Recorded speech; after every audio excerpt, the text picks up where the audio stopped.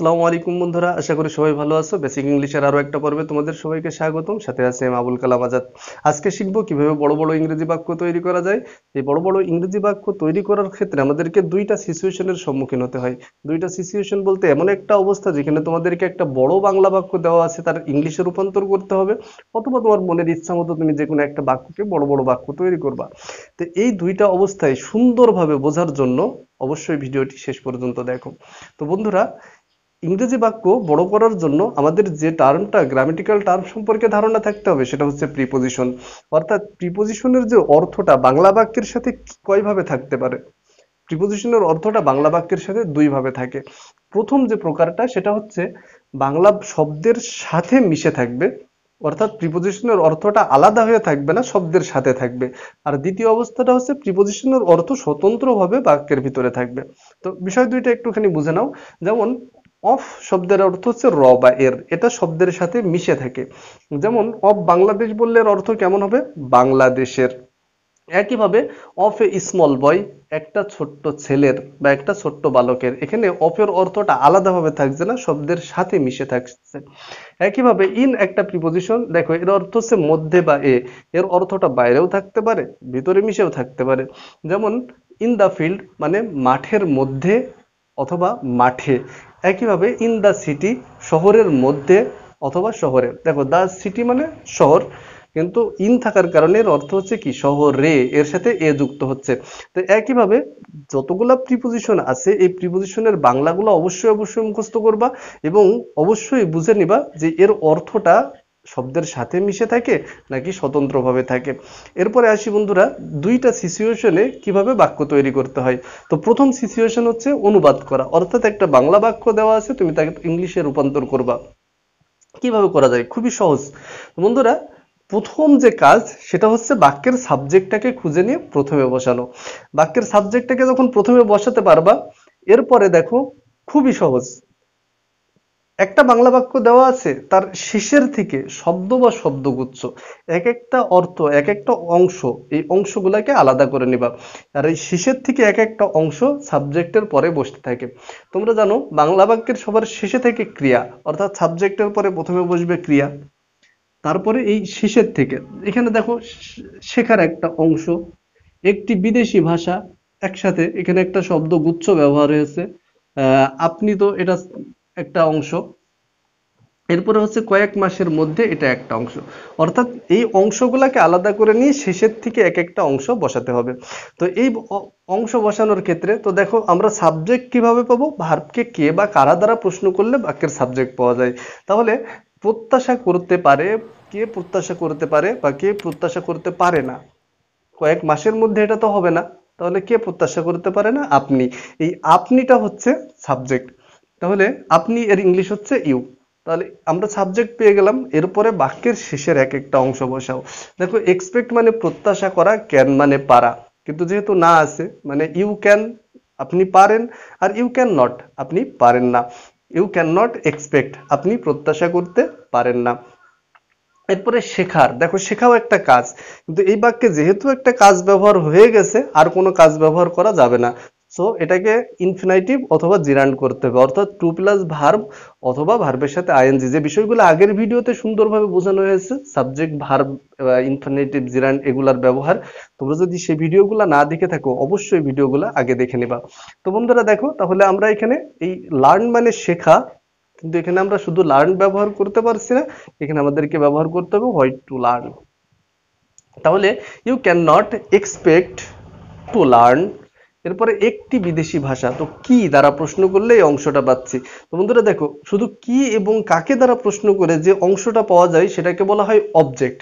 আর অবজেক্টের সাথে কখনোই প্রিপোজিশন বসবে না, এটা মাথায় রাখবো, অবজেক্টের সাথে কখনোই প্রিপোজিশন বসবে না। আর বাকি অংশগুলোর সাথে অবশ্যই প্রিপোজিশন বসাতে হবে। তাহলে you can not expect to learn, কি শেখার? একটি বিদেশি ভাষা, a foreign language, a foreign language. এরপরে দেখো বাকি আছে কোনটা? কয়েক মাসের মধ্যে। তাহলে এখানে প্রিপোজিশনের অর্থটা আলাদাভাবে আছে, মধ্যে। আমরা জানি ইন মানে মধ্যে, তাহলে ইন কয়েক মাস, a few months, in a few months. তাহলে পুরো বাক্যটা কেমন হচ্ছে? You can not expect to learn a foreign language in a few months. আমি তোমাদেরকে জাস্ট সিস্টেমটা বোঝাচ্ছি, বাক্যটা এর থেকেও যতই বড় হোক না কেন কখনোই ঘাবড়ে যাওয়া যাবে না। তোমাদেরকে বাক্যের শেষের প্রথমে সাবজেক্টটা বসিয়ে নিয়ে শেষের এক একটা অংশ থেকে আস্তে আস্তে সামনের দিকে চলে আসতে হবে। তো বন্ধুরা এখানে আরেকটা বাক্য দেখো, একটি রহস্যময় অসুস্থতা পৃথিবীর সব মানুষকে আক্রান্ত করছে। এই যে এই যে এই যে বাক্যটা, এই বাক্যটাই দেখো আক্রান্ত করছে, এটা হচ্ছে ভার্ব। সব মানুষকে একটা অংশ, পৃথিবীর এটা একটা অংশ, একটি রহস্যময় অসুস্থতা এটা একটা অংশ। তো বাক্যের অংশগুলাকে আমরা আলাদা করে নিলাম। এবার প্রথমে আমাদের কাজ হচ্ছে সাবজেক্টটাকে খুঁজে নেওয়া। আক্রান্ত করছে, কে আক্রান্ত করছে? একটি রহস্যময় অসুস্থতা। তাহলে এ মিস্টেরিয়াস ইলনেস, সাবজেক্ট বসানো শেষ। এবার শেষের থেকে এক একটা অংশের অর্থ করতে করতে চলে আসি। তো আক্রান্ত করছে, দেখো এটা কন্টিনিউয়াস অবস্থা বোঝাচ্ছে। তাহলে ইজ এফেক্টিং, ইজ এফেক্টিং। এরপর কাকে, আগেই বলছিলাম কি বা কাকে দ্বারা প্রশ্ন করলে অবজেক্ট পাওয়া যায়, সেখানে কখনোই প্রিপোজিশন বসবে না, সরাসরি শব্দটা বসাতে হবে। তাহলে is affecting all, all the people, all people, সব মানুষকে। আচ্ছা, কোথাকার? পৃথিবীর। তাহলে পৃথিবী মূল শব্দ, তার সাথে র যুক্ত আছে। তো এই র যুক্ত থাকার কারণে কি করতে হবে? অবশ্যই অফ ব্যবহার করতে হবে। তাহলে অফ দ্য ওয়ার্ল্ড, পুরো বাক্যটার অর্থ কেমন হচ্ছে? A mysterious illness is affecting all the people of the world. তো বন্ধুরা আশা করি তোমরা এই সিস্টেমটা বুঝতে পারছো। এবার আসি দ্বিতীয় পদ্ধতি, তোমাদের ইচ্ছা মতো একটা ইংরেজি বাক্যকে বড় বড় করে লিখবা। তো এই ক্ষেত্রে তোমাদেরকে অবশ্যই অবশ্যই এই সিকোয়েন্সটা মুখস্থ করলে আর কোনো সমস্যা থাকবে না। সিকোয়েন্সটা সুন্দরভাবে বুঝে নাও। অর্থাৎ আমরা জানি প্রথমে সাবজেক্ট এবং ভার্বটাকে সঠিকভাবে ব্যবহার করে নিতে হয়। তারপরে সর্বপ্রথম যে প্রশ্নটা নিজের মনের ভিতরে নিয়ে আসতে হবে সেটা হচ্ছে কি বা কাকে। এটা হচ্ছে অবজেক্টের অংশ, এখানে কোনো প্রিপোজিশন বসবে না। তারপরে তুমি ধারাবাহিকভাবে এক একটা প্রশ্ন নিজের মনের ভিতরে প্রথম কিছুদিন প্র্যাকটিসের সময় নিজের মনের ভিতরে করতে থাকো। এরপরে আর প্রশ্ন করা লাগবে না, অটোমেটিক্যালি সিকোয়েন্স অনুসারে বাক্য সাজানো হয়ে যাবে। তো প্র্যাকটিসের সময় অবশ্যই এই সিকোয়েন্স অনুসারে তোমরা মনের ভিতরে প্রশ্ন নিয়ে আসবা। দেখো, কোথা থেকে, ফ্রম, কোন দিকে, টু, কার সাথে, উইথ, কিভাবে, নো প্রিপোজিশন, কারণ এখানে অ্যাডভার্ব ব্যবহার হয়। কোথায়, অ্যাট অথবা ইন, কখন, ইন, অন, অ্যাট, কেন, ফর বা টু। অর্থাৎ তুমি এই যে প্রশ্নটার অর্থটা লিখবা তার সাথে অবশ্যই এই প্রিপোজিশনটা যুক্ত করতে হয়। কয়েকটা উদাহরণ দেখো। মনে করো তুমি একটা সাবজেক্ট এবং ভার্ব নিলে, যে আই প্লে, আমি খেলা করি। তো কি খেলি? I play football. এখানে কি আমরা এই প্রশ্নের উত্তর পাবো কোথা থেকে বা কোন দিকে? না। তার মানে পরের প্রশ্নটা দেখি, কার সাথে?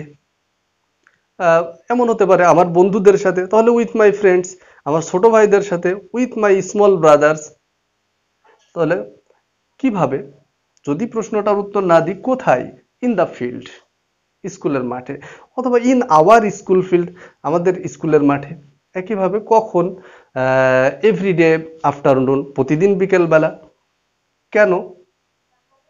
For keeping my health fit, আমার শরীরটাকে সুস্থ রাখা। তাহলে দেখো, কোনো ধরনের চিন্তা ভাবনা ছাড়াই শুধুমাত্র প্রশ্নগুলা মনের ভিতরে নিয়ে আসলে একটা বাক্য কত বড় হয়ে যাচ্ছে। I play football with my friends, with my friends in our school field at every day morning for keeping our health fit। তো বন্ধুরা একইভাবে যদি আমরা আরেকটা ভার্ব নিয়ে আসলাম, আই কাম, আমি আসি। তো আমি আসি, এখানে কি আসি বা কাকে আসি পাবো? পাবো না। তার মানে আমাদেরকে পরের প্রশ্ন চলে যেতে হবে, কোথা থেকে আসি? মনে করো ঢাকা থেকে, তাহলে আই কাম ফ্রম ঢাকা, অথবা I am coming from Dhaka, আমি ঢাকা থেকে আসছি, আমি ঢাকা থেকে আসছি। তো এখানে আমরা পরের অংশগুলা পেতে পারি কার সাথে? উইথ মাই ফ্যামিলি, আমার পরিবারের সাথে। তাহলে আমি ঢাকা থেকে আসছি উইথ মাই ফ্যামিলি। মনে করো এরপরে আমি একবারে দেবো কেন, তাহলে for enjoying the Eid day, ঈদের দিনগুলাকে উপভোগ করার জন্য। তো একইভাবে বন্ধুরা যদি আমি আরেকটা ভার্ব নিলাম, আই গো, আমি যাই, অথবা আই ওয়েন্ট, আমি গিয়েছিলাম। তো এখানে দেখো তো, কি গিয়েছিলাম বা কাকে গিয়েছিলাম তো হয় না, কোথা থেকে গিয়েছিলাম তাও হয় না, তো কোন দিকে গিয়েছিলাম? টু স্কুল, স্কুলের দিকে, অথবা টু সিটি, শহরের দিকে। তুমি যা খুশি এখানে ব্যবহার করতে পারো। তো অবশ্যই দিকেও থাকলে অবশ্যই টু ব্যবহার করতে হবে। এরপরে কার সাথে, এখানে তুমি বলতে পারো উইথ মাই নেইবার্স, আমার প্রতিবেশীদের সাথে, উইথ মাই স্টুডেন্টস, আমার ছাত্রছাত্রীদের সাথে। একইভাবে তোমরা এই ধারাবাহিকতায় প্রশ্নগুলা করতে থাকলে যত বড় বড় বাক্য খুশি খুব সহজেই লিখতে পারবা। আর কয়েকদিন প্র্যাকটিস করার পরেই দেখবা তোমাদের আর এই ধরনের কোনো প্রশ্ন মনে আনা লাগছে না। অটোমেটিক্যালি এই বাক্যগুলা তোমাদের ভিতর থেকে সুন্দরভাবে সিকোয়েন্স অনুসারে সাজানো হয়ে যাবে। তো বন্ধুরা, আশা করি ভিডিওটি বুঝতে পারছো। ভিডিওটি যদি তোমাদের ভালো লেগে থাকে বা সামান্য পরিমাণ তোমাদের উপকারে এসে থাকে, তাহলে অবশ্যই একটা লাইক করবা, কমেন্ট করবা, এবং যারা সাবস্ক্রাইব করোনি তারা অবশ্যই আমার চ্যানেলটা সাবস্ক্রাইব করে যাবো। পরবর্তী ভিডিও দেখার আমন্ত্রণ জানিয়ে আজকে বিদায় নিচ্ছি। আসসালামু আলাইকুম।